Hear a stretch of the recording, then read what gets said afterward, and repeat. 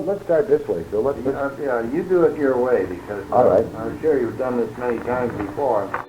You ask and I'll answer. Okay. I was born in Toronto. September the 13th, 1913, east end of Toronto. I wanted to be a ball player when I was a kid. That was my. You were a pitcher, weren't you? No, I was a first baseman. Oh. Yeah.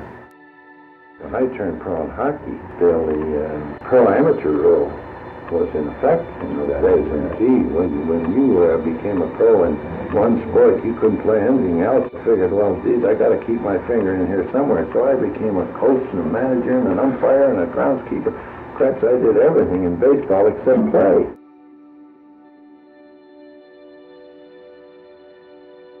Unfortunately, I never knew Phil Stein. I obviously knew who he was and what he contributed to Leaside baseball as administrator, as a coach. I only had one contact with him, I think maybe our 40th anniversary, inviting him here. He sent me a lovely note with some history about how the league started, and he apologized he couldn't make it because his band he played in was up playing, I think it was Honey Harbor. He coached Ron Taylor, and Ron has always said he owed his career to Phil, who's made him a pitcher. And, you know, we had a 1950 Pee Wee team which won the Ontario Championship, the first one that the association ever won, and Ron was I'm sure the star pitcher of that team.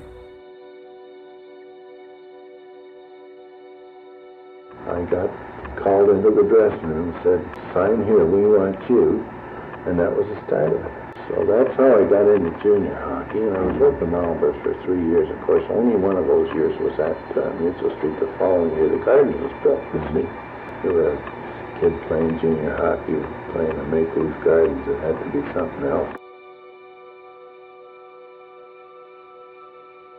I made the first shutout that was ever made in Maple Leaf Gardens, and I remember it so well. It was just like it was yesterday. They opened the Gardens, and the Blackhawks beat the Leafs 2-1 in the opening game. 2 nights later, we played a Norwich junior game, Malbers versus Hamilton Tigers, and we beat them 6-0. So that was the first official shutout that was ever made in Maple Leaf Gardens. He bore a resemblance to a very famous comedian named Phil Silvers. And apparently when Silvers came to Toronto, they had pictures taken together. They shared the same hairline, or lack of hairline. And I think because Phil was also a musician, I think he emceed a number of events, so he was involved in that area too. Turk was playing for the Leafs, and Turk hadn't been playing too well. I got a call, then Stein back to Toronto. So they brought me up. It was a Thursday night game in the Gardens against the Detroit Red Wings. I played that game, and it turned out a 2-2 tie. Wasn't bad, 2 goals, you know, so I was feeling pretty good about the whole thing. On Saturday night, the Leafs had a game with the New York Americans. Toronto used to clobber them. Gee, I felt really good. I thought, boy, this is going to be great. So we're out warming up before the game starts, and Billy Taylor hits me in the mouth with the puck. Comes in to try and pick a top corner from about 3 or 4 feet out. Bang! I didn't want to get out of that game, you know. It's got to stay in there. But anyways, I was cut so badly and I knocked out a couple of my teeth, so I had to go off the ice. Mr. Smythe walked into the room, you see. He takes one look at me, and he said to Frank Selke, who was the general manager of the club at the time, he says, "Go and get Brody." He says, "He can't play like that," he says. Oh, I can remember that night like it was yesterday.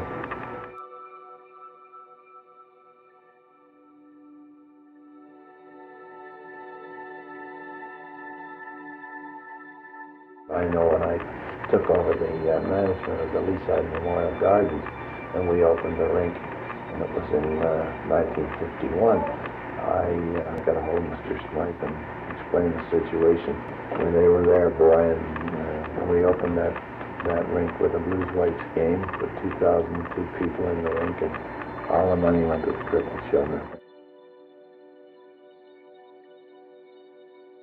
If I ask you any regrets, you've got to say being hit in the eye twice. Once in the mouth and once in the Well, all right, that's regrettable, but still no, I have no qualms, really.